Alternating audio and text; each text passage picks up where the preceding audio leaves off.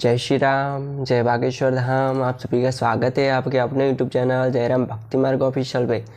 इस वीडियो में आपको बताने वाला हूँ बागेश्वर धाम के उस कौन सी जगह पे जाना चाहिए। यदि आप बागेश्वर धाम जा रहे हो तो मैं उन 11 जगहों का नाम बताऊँगा कि वहाँ आपको ज़रूर जाना चाहिए और उन जगह का दर्शन करना चाहिए। जय श्री राम। पहली जगह बालाजी मंदिर कि आपको जाते ही पहले बालाजी मंदिर का दर्शन करना ही चाहिए। वहाँ पे स्वयं बालाजी सरकार और लक्ष्मी मैया और हनुमान जी की मूर्ति वहाँ पे है। दूसरा, वहाँ पे सामने ही शंकर भगवान का मंदिर है। वहाँ पे शिव जी और पार्वती मैया का छोटा सा मंदिर है और वहाँ का भी दर्शन करना चाहिए। तीसरा, सन्यासी बाबा का मंदिर के बालाजी मंदिर के एग्जैक्ट पीछे सन्यासी बाबा का मंदिर है। वहाँ पे हमको दर्शन करने को नहीं मिलता, लेकिन बाहर से ही और मनोमन ही उनका दर्शन कर सकते हो क्योंकि अंदर जाने को मनाही है।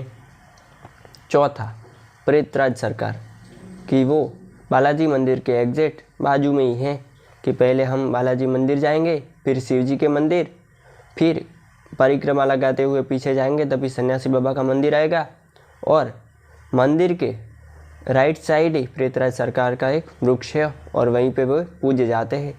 और वहाँ मान्यता है कि जो भूत प्रेत बांधा वाले होते हैं उनको टच कराया जाता है उस पेड़ से, तभी बहुत ही उनको दर्द होता है और वो निकल जाते हैं।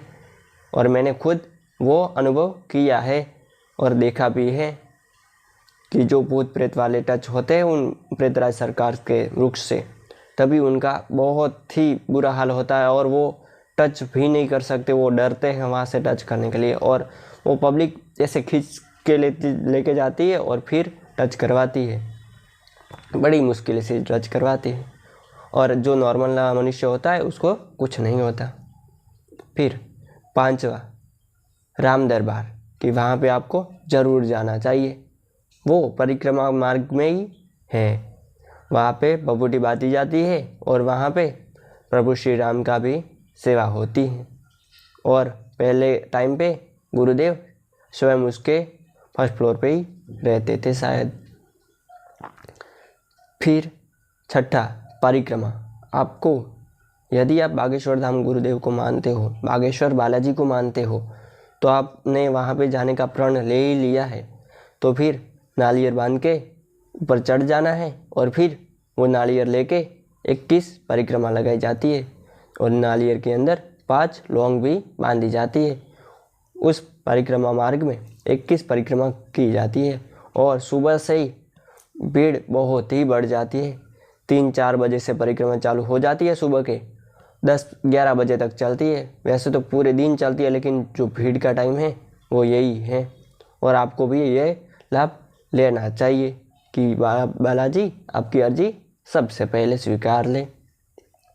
फिर सातवां, कि परिक्रमा मार्ग पे ही है अन्नपूर्णा धाम कि वहाँ का प्रसाद आपको लेना जरूरी है क्योंकि आप बागेश्वर धाम गए हो और प्रसाद नहीं लिए या तो बनना नहीं चाहिए क्योंकि वो एक खाना नहीं है, वो वहाँ का प्रसाद है और मान्यता के अनुसार जो प्रसाद लेता है उसके दूर कष्ट होते, दुख होते, वो दूर हो जाते हैं। वहीं से आपको फ्री में अन्नपूर्णा में खाना मिलेगा और वहीं पे बहुत अच्छा ही खाना होता है और जो डिश होती है खाने के बाद वो स्वयं धोने की होती है।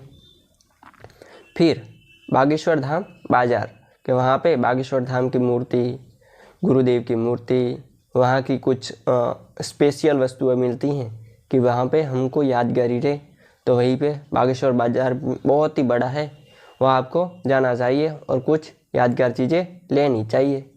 फिर नौवां, दरबार हॉल कि जब भी गुरुदेव हाजिर हो तभी आपको बागेश्वर धाम जाना है और गुरुदेव जब भी दरबार लगाने का प्लान बोले और वो पहले से ही बोल देंगे ये इतने बजे मैं आऊँगा, लेकिन वो पालन नहीं करते हैं, 1 घंटा लेट ही आते हैं और कहते हैं कि मेरी तो 1 घंटे लेट थी घड़ी।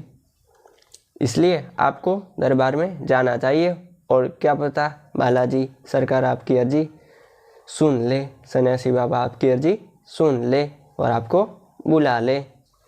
फिर आता है 10वां, बागेश्वर धाम गुरुदेव का पुराना घर, कि जो पहले के ज़माने में रहते थे। उन्होंने कथाओं में बहुत बार बताया कि बहुत ही ख़राब कंडीशन थे, अभी तो सही कर दी है समार काम करके, लेकिन पहले तो बहुत ही ख़राब कंडीशन थी। और वहाँ पे गुरुदेव कभी कभी जाते हैं, वहाँ पे भी हनुमान जी की मूर्ति है, बागेश्वर धाम गुरुदेव की भी मूर्ति है, और वहीं पे बहुत ही अच्छा है व्यू। और लास्ट और 11वां, कि गुरुदेव की माता और पिताजी जहाँ पे रहते हैं उनका नया घर, वो हम जाएंगे बागेश्वर धाम तभी रास्ते में आता है।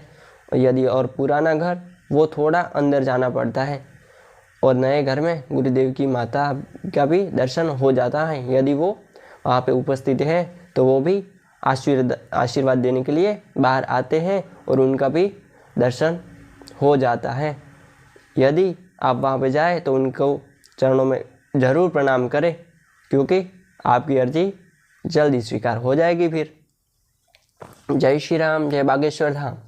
और यदि आप बागेश्वर धाम जा रहे हो और वहाँ पर खाने और पीने की क्या क्या व्यवस्था है उसके रिलेटेड वीडियो चाहिए तो कमेंट कर देना, मैं उसका भी बना दूँगा। क्योंकि हाँ, और बता दूँ कि मैं बागेश्वर धाम 2 बार जाके आया हूँ, इसलिए वो एक्सपीरियंस के बेस पर ही मैं ये वीडियो बना रहा हूँ, ना कि ऐसे ही यूट्यूब देख के। ठीक है ना। जय श्री राम, जय बागेश्वर धाम। और हाँ, चैनल को लाइक, शेयर और सब्सक्राइब जरूर कर देना। धन्यवाद।